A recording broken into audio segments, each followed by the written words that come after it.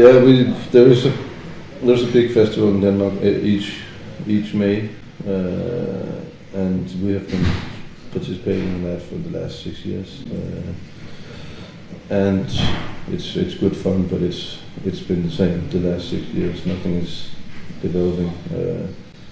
It's in my opinion the big festival is, and it's fine that they want to do it like that, but it's about having as many breweries as possible and as many people as possible getting into the door and then getting drunk and eating shit food.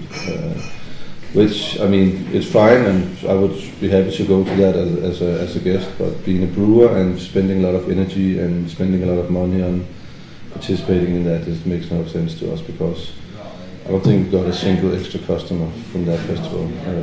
So we decided last year not to do it, to participate in that anymore, and then do our own festival, which would focus a lot more on quality, both beer-wise but also food-wise. So we found a very nice spot in Copenhagen that can only hold 1,000 people, so that kind of limited how big it was, which I think is a good size. And we thought, instead of making a festival where people come and there are a booth and you go to a brewery and you ask for a sample and you taste it and you leave and you go to the next one, we wanted to do more like a big party, so everybody was involved. So we didn't build booths, we wanted people to be able to talk with the brewers and hang out with them and drink beer. Got a really good restaurant in Copenhagen to make the food, and then invited some of the best brewers in the world, 25 different breweries from all over the world, and it was fun. Pretty cool. It was hard work. Is it happening again next year? Maybe. It's hard to say. Yeah. Right now, I don't think. I'm not sure. It's a lot of work, and what people.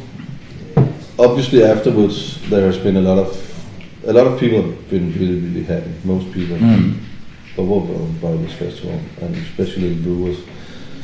But there has also been some critique about different things, which obviously we know ourselves. We're not stupid. We know that if you can't clean the glass, it's a problem. We just didn't have time to do it. But what people have to understand is that we made this festival as a company together with Drikkeriget, my brother's import company, and Sheraton Brothers, our import company in the US. And we're all companies. We don't have just free time people to work at these things. So we had to run the company next to doing this festival. And it's a lot of work doing a festival, and you have to feed 2,000 people and stuff like that. And it actually has, it's even though it was a lot of fun, it also has consequences for the company, because now we are so far behind with everything, and people don't understand why they don't get their beers on time and stuff like that. But I mean, we had to take out the last months out of the calendar and concentrate on the festival, and now we're pretty screwed business-wise. So if we want to do it again, we have to get together with some people who can actually spend time on that and not take time out of our company, because we have, as I said, we have 5 employees, and doing a festival for 2,000 people is a lot of work. So, of course. So we want to do it again. It was a big success, and a lot of people were really happy. We just have to figure if it's a good thing for the company, or maybe just find other people to do it and then help them. It would be a possibility as well. Yeah, cool.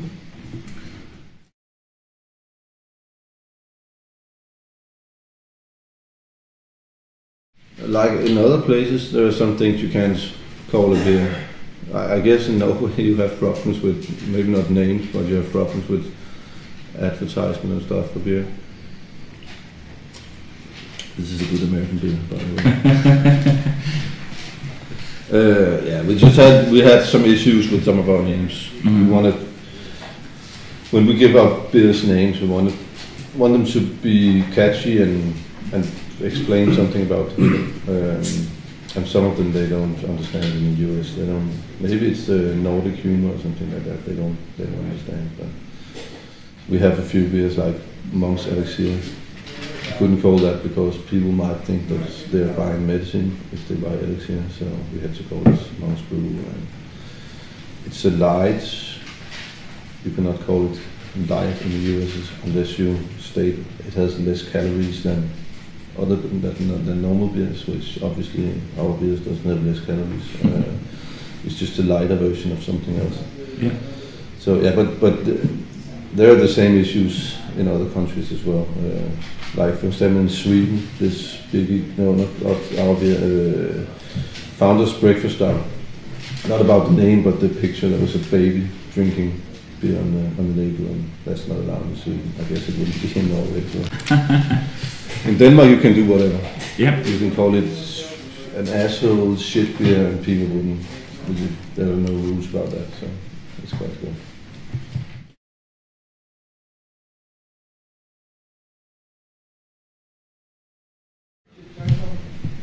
No, we used to do it, but no time to make a recipe and then brew the beer pretty much. Yeah. Just if I get a good idea, taste the beer, or get some idea from that, just create a recipe and brew the beer and just cross fingers that it would be good.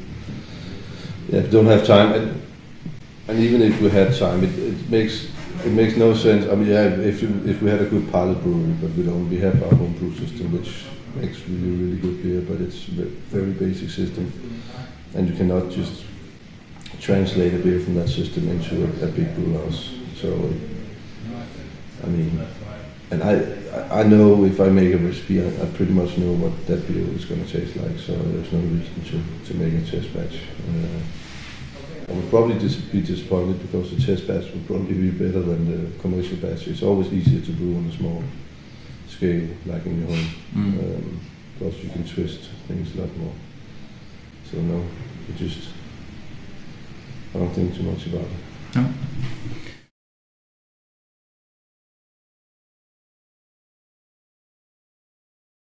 Open some more bars. Not in Denmark, but in the US and maybe other places. We're working on that right now. And it's going forward. We're just doing good beer and work with good people, and we don't want our own brewery. Maybe the brew pub would be fun, which is a small scale brew house, and just do experimental batches. But production brewing is not my thing. I don't enjoy very much being in a brewery and bottling and cleaning and all that stuff. I like making a recipe and then tasting the beer and then making the next beer. So.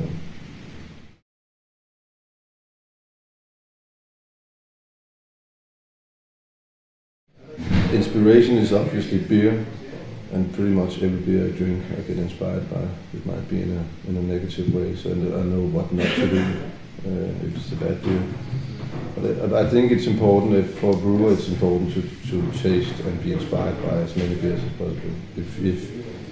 If you believe what you do is what you brew is the best beer in the world, there's no way you can improve and be a better brewer. You have to realize that there are really good brewers out there that makes excellent beer, and I take the best from those beers and try to put into my beers. And those brewers are, Three Floyds is one of the best brewers in the world in my opinion, if not the best. And for one kind of beer, for the hobby beers, I think they're really amazing. I love some of the sour Lervig breweries, like Driefontein and Stavanger, for example. Bohn as well.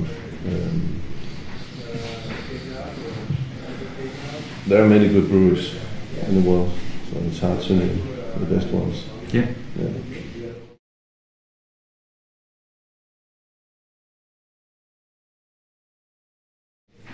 It's also hard to say, I think. I enjoy Nielsen Sauvignon, our New Year's beer, which is, because it's really complex, and it's not a big fat imperial stout, which what most is.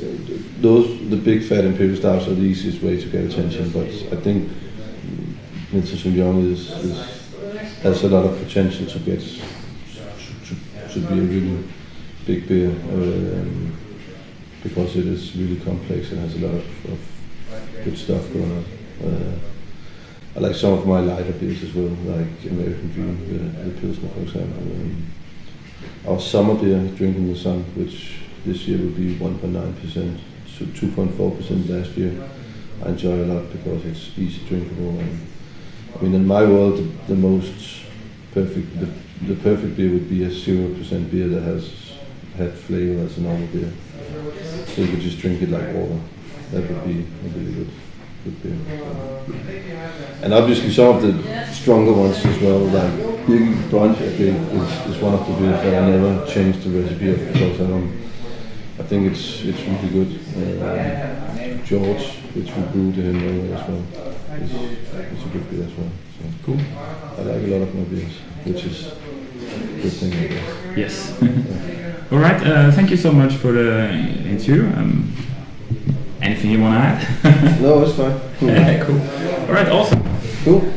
Thanks a bunch. Yeah, you're welcome. I'll live a life of paradise. Live a bed, die for the bed. I'll live a life of paradise.